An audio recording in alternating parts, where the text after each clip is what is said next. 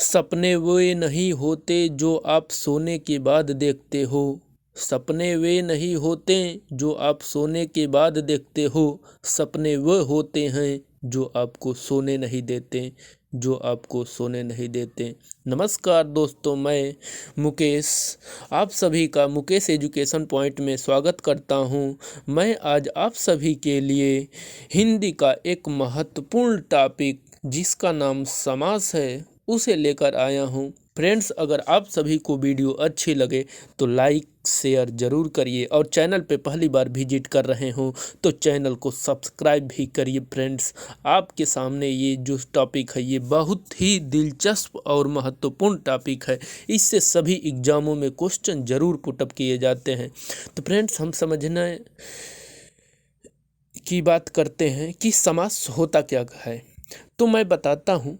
शब्द और शब्द जब मिलेंगे तो एक नया शब्द बनेगा, इसे ही समास कहते हैं। अब इसको डिफिनीशन में दे दिए, दो या दो से अधिक शब्दों से मिलकर बना हुआ नया सार्थक शब्द समास कहलाता है।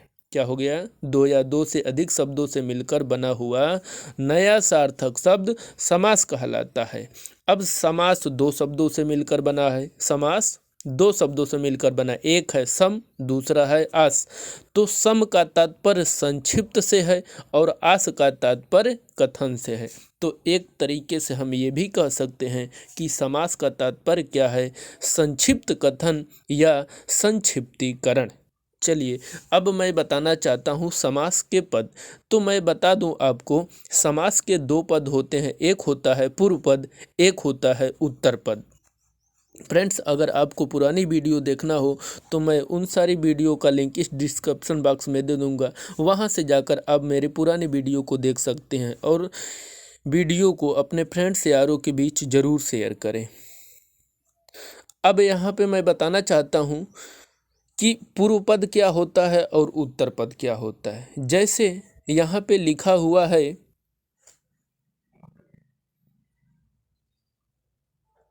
अमर, है ना। तो यहाँ पे अ जो है वो पूर्व यानी पहले है, क्या पूर्व है, तो ये पूर्व पद हो गया। और ये मर जो है वो बाद में लिखा है तो उसको क्या कहा जाता है? उत्तर पद। तो जो पहले होता है उसे पूर्व पद, जो बाद में होता है उसे उत्तर पद कहते हैं। चलिए, अब नेक्स्ट बताने चाहते हैं समास के भेद। अगर देखा जाए तो समास के 6 भेद होते हैं। कितने भेद होते हैं? 6 भेद। फर्स्ट है अव्ययी भाव समास, सेकंड है कर्मधारय समास, थर्ड है द्विगु समास, फोर्थ है द्वंद्व समास, फिफ्थ है बहुब्रीहि समास और सिक्स है तत्पुरुष समास।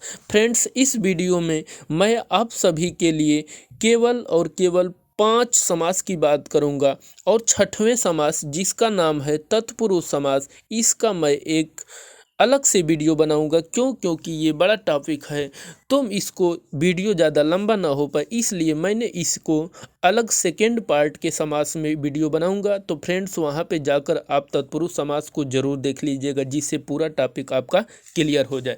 इसमें मैं केवल 5 समास की बात करूँगा। वो समास क्या क्या है? अव्ययी भाव समास, कर्मधारय समास, द्विगु समास, द्वंद्व समास और बहुब्रीहि समास। बाकी ये आपका तत्पुरुष समास जो 6वां है इसका मैं अलग से वीडियो बना दूंगा, तो वहाँ पे आप जाकर वीडियो को देख सकते हैं। चलिए फ्रेंड्स, अब मैं बात करना चाहता हूँ कि जो प्रधानता के आधार पर वर्गीकरण इन समास का किया गया, क्या प्रधानता के आधार पर इनका वर्गीकरण किया गया है। जैसे हम लोग पढ़े हैं, एक पूर्व पद होता है और एक उत्तर पद होता है। तो किस समास का कौन पद प्रधान होता है, इसके आधार पर समास को बांटा गया है। तो मैं बताना चाहता हूँ पूर्व पद, यानी कौन ऐसा समास है जिसका पूर्व पद प्रधान होता है। तो वो केवल और केवल एक ही समास है जिसका नाम है अव्ययी भाव समास। इसका पूर्व पद प्रधान होगा। अब चलिए, अगला आता है उत्तर पद। क्या? उत्तर पद। अब उत्तर पद में वो कौन कौन समास आते हैं जिसका उत्तर पद प्रधान होता है? तो एक है तत्पुरुष समास, एक है कर्मधारय समास और अंतिम है द्विगु समास। तो ये 3 जो समास है, तत्पुरुष, कर्मधारय और द्विगु, इनका उत्तर पद प्रधान होता है। चलिए, अब नेक्स्ट क्या है, दोनों प्रधान पद, यानी ऐसा कौन समास है जिसका दोनों पद ही प्रधान होता है, तो वो एक और मात्र एक वो है द्वंद्व समास, इसका दोनों पद प्रधान होता है। अब चलिए अगला जो है, जिसका कोई पद प्रधान न हो उसका नाम क्या कहलाता है, बहुब्रीहि समास, अर्थात इसका न तो उत्तर पद प्रधान होता है न ही पूर्व पद प्रधान होता है, दोनों पद अप्रधान होते हैं, उस समास को बहुब्रीहि समास कहते हैं। चलिए फ्रेंड्स, अब मैं एक एक टॉपिक को जो मैंने 5 बताया है उसका एक एक टॉपिक ले रहा हूँ, एक एक प्रकार, और उसके बाद उसके बारे में जानते हैं और उससे संबंधित जितने भी एग्जाम्पल महत्वपूर्ण हैं उसको हम सीखते हैं। चलिए स्टार्ट करते हैं वीडियो को। और अब अव्ययी भाव समास से, चलिए देखिए अव्ययी भाव समास होता क्या है, तो हम बता सकते हैं जिस समास का पहला पद अव्यय हो, जिस समास का पहला पद अव्यय तथा प्रधान हो, अव्यय तो हो ही लेकिन प्रधान हो, उसे अव्ययी भाव समास कहा जाता है। तो परिभाषा क्या हम सीख सकते हैं, जिस समास का पहला पद अव्यय हो तथा पूर्व पद अर्थात जो पहले का पद होता है वो प्रधान होता है, उसे अव्ययी भाव समास कहते हैं। चलिए अब देखिए, अब मैं इसके उदाहरण की बात करता हूँ। तो उदाहरण में हम लोग जानते हैं एक बात होता है समस्त पद और एक होता है विग्रह। विग्रह का मतलब तो हम लोग समझ जाएंगे कि जो भी शब्द होगा उसको अलग अलग से लिख लें, वो क्या हो गया, विग्रह हो गया। लेकिन समस्त पद क्या होता है इसके बारे में मैं बताना चाहता हूँ। तो समस्त पद वो होता है जो समास के नियमों से बना हुआ शब्द होता है, वो समस्त पद कहलाता है। फ्रेंड्स, इसके बारे में मैं उम्मीद करता हूँ कि अब दोनों चीज़ समझ गए होंगे कि विग्रह क्या होता है और समस्त के पद क्या कहलाता है। चलिए अब एग्जाम्पल की बात करता हूँ। तो फर्स्ट एग्जाम्पल है क्या आपके सामने, प्रतिदिन। प्रतिदिन, तो इसमें अव्यय क्या है, प्रति। अब इसका विग्रह करेंगे तो बताइए क्या हो जाएगा, प्रत्येक दिन। चलिए अगला एग्जाम्पल क्या है, आजन्म। क्या, आजन्म।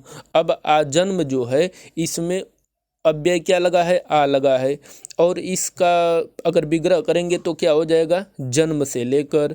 अगला एग्जाम्पल क्या है, यथा संभव। क्या, यथा संभव, और इसमें क्या अव्यय लगा है, यथा। फ्रेंड्स, रेड पेन से जो भी अव्यय हैं उनको मैंने नोट डाउन कर दिया है। चलिए तो इसका अगर विग्रह करेंगे, यथा संभव, जैसा संभव हो उस तरीके से, जैसा संभव हो उस तरीके से। यानी अगला क्या है, हाथों हाथ। अव्यय क्या है, हाथ। हाथों ही हाथ, विग्रह हो गया, हाथों ही हाथ में विग्रह हो गया। फ्रेंड्स, मैं बता देना चाहता हूँ कि ये जो अव्ययी भाव समास है इसका जो पूर्व पद होगा उसमें अव्यय लगा होगा, और वो अव्यय क्या क्या लगा होगा, यहाँ पे मैंने पहचान के तौर पे लिखा है। क्या, अनु, आ, अनु, आ, प्रति, भर, यथा, यावत, हर आदि शब्द पूर्व पद में लगे होते हैं। तो इससे हम पहचान जाएंगे कि ये कौन सा समास है, अव्ययी भाव समास है। फ्रेंड्स, जैसे हम लोग यहाँ पे एक एग्जाम्पल देख रहे हैं, हाथों हाथ, दिनों दिन, रातों रात, जहाँ पर शब्द का रिपीटेशन होगा, शब्द को दोहराया जाएगा, वहाँ पे हमेशा याद रखिएगा कि अव्ययी भाव समास ही होता है। चलिए अब अगले समास की बात करता हूँ। अगला समास क्या है आपके सामने, ये है कर्मधारय समास। कर्मधारय समास।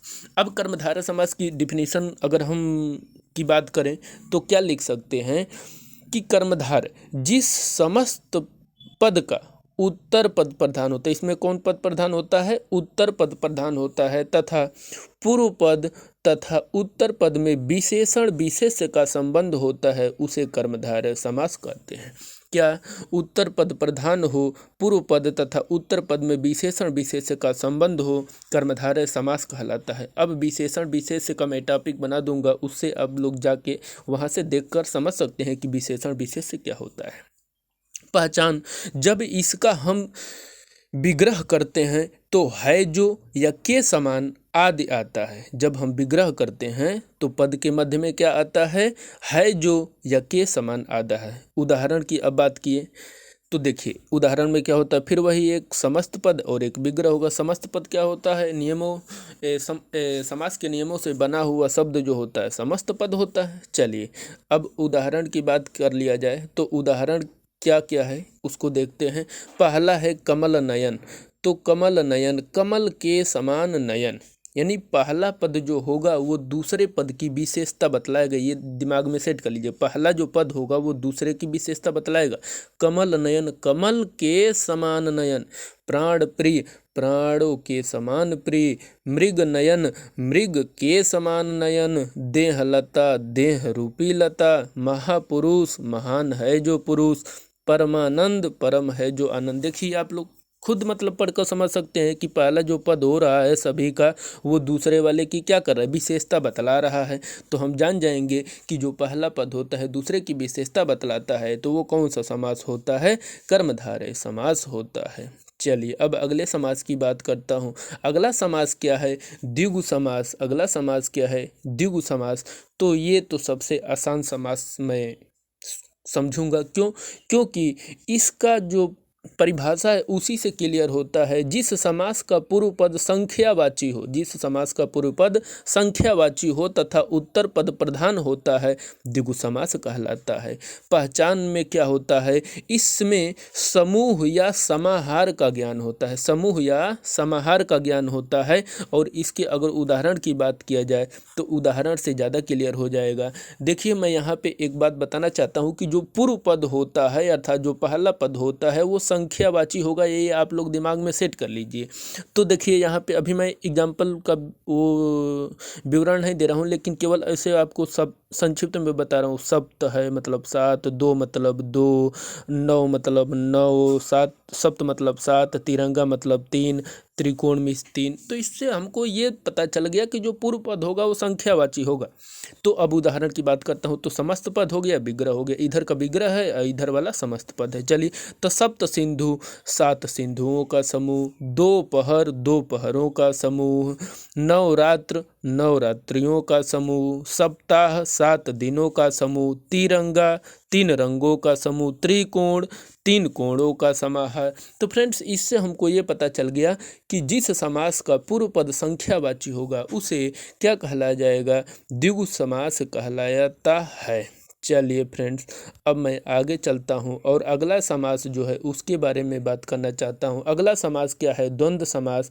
अगला कौन समास है, द्वंद्व समास। तो मैंने ऊपर बता दिया था, जिसका दोनों पद प्रधान होता है और विग्रह करने पर और, या, अथवा, एवं लगता हो, द्वंद्व समास कहलाता है। क्या, जिसका दोनों पद प्रधान होता है और विग्रह करने पर और, या, अथवा, एवं लगता हो, द्वंद्व समास कहलाता है। चलिए इसकी पहचान क्या है, दोनों पदों के बीच में योजक चिन्ह। और योजक चिन्ह कैसे होता है, इस तरह से मैंने ब्रैकेट में करके बताया है।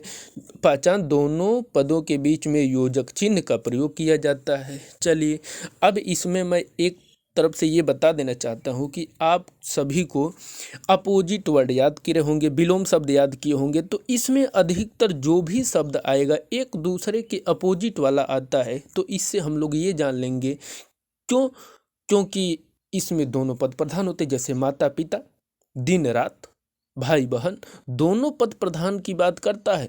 तो वो कौन सा समास होता है, द्वंद्व समास होता है। एक लाइन में अगर समझने की बात करें, जितने भी अपोजिट वर्ड होंगे वो कौन सा समास में आएंगे, द्वंद्व समास। जैसे नदी, नाले, नदी और नाले। गुण दोष, गुण और दोष। ठंडा गरम, ठंडा या गरम। छल कपट, छल या और कपट। ऊंच नीच, ऊंच या नीच। राजा प्रजा, राजा और प्रजा। तो जितने भी अपोजिट शब्द आते हैं वो किस समास में आते हैं, तो द्वंद्व समास में आते हैं। फ्रेंड्स आशा करता हूँ कि आप सभी को मेरे बताए हुए पॉइंट क्लियर हो गए होंगे। चलिए अब नेक्स्ट की बात करता हूँ। नेक्स्ट और ये लास्ट समास है। बाकी मैं तत्पुरुष समास का एक अलग से वीडियो बना के डाल दूंगा, वहाँ से आप जाकर तत्पुरुष समास का पूरा जो भी विभक्तियाँ से संबंधित जितने भी पार्ट बनाए गए हैं उन सारे का मैं वीडियो बना दूंगा और उससे संबंधित सारे एग्जाम्पल में नोट डाउन कर दूंगा। तो फ्रेंड्स वहां से जाकर आप वीडियो को जरूर देखिएगा। इस समास का सेकंड पार्ट, इस समास में केवल मैंने 5 समास लिया है। चलिए फ्रेंड्स अगला समास की बात करता हूं। अगला समास क्या है, बहुब्रीहि समास। तो बहुब्रीहि समास में मैंने बताया था ऊपर प्रधानता के आधार पर वर्गीकरण जब बताया था, तो जिसका कोई पद प्रधान न हो, जिसका कोई पद ही न प्रधान हो बल्कि दोनों पद मिलकर किसी तीसरे अन्य पद की विशेषता बतलाते हैं, क्या कहलाते हैं, बहुब्रीहि समास। अर्थात कह सकते हैं कि जिसके कोई पद प्रधान न हो लेकिन दोनों आपस में मिलकर किसी थर्ड शब्द की विशेषता बतलाते हैं, वो समास कौन सा कहलाता है? बहुब्रीहि समास कहलाता है। अब उदाहरण की बात कर लिया जाए तो उदाहरण से ज़्यादा क्लियर हो जाएगा। क्या है? समस्त पद और विग्रह, ये हम लोग जानते ही हैं। तो समस्त पद क्या होता है? समास के नियमों से बना हुआ जो भी शब्द होता है समस्त पद। तो फर्स्ट क्या है? लंबोदर। तो क्या है? लंबा है उदर जिसका, लंबा है उदर जिसका अर्थात कौन है बताइए? गणेश भगवान। चलिए अगला क्वेश्चन क्या है? दशानन। दस आनन, 10 हैं आनन जिसके, अर्थात किसके 10 आनन हैं? मुख 10 किसके हैं बताइए? रावण के हैं। महावीर, महान है जो वीर, वो कौन सा है? महान है जो वीर हनुमान। कौन है? हनुमान। पीताम्बर, पीला है अंबर जिसका, पीला है अंबर जिसका अर्थात कृष्ण भगवान। प्रधानमंत्री, मंत्रियों में है जो प्रधान, अर्थात कौन? प्रधानमंत्री। विषधर, विष को धारण करने वाला, अर्थात कौन धारण करता है? सर्प या विषधर। चलिए मृत्युंजय, मृत्यु को जीतने वाला, अर्थात मृत्यु को जीतने वाला कौन है? शंकर भगवान है। ये सभी एग्जाम्पल जो भी मैंने लिया, आशा करता हूँ कि आप सभी को समझ में आ गया होगा। फ्रेंड्स इसके बहुत सारे एग्जाम्पल है, मैं आगे जब भी समास का वीडियो बनाऊंगा उसमें संबंधित सारे एग्जाम्पल को मैं रख दूंगा।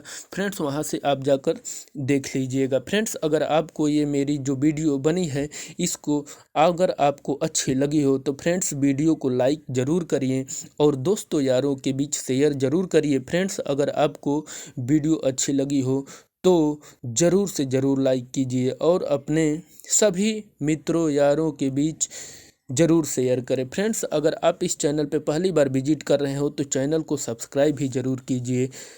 Thank you.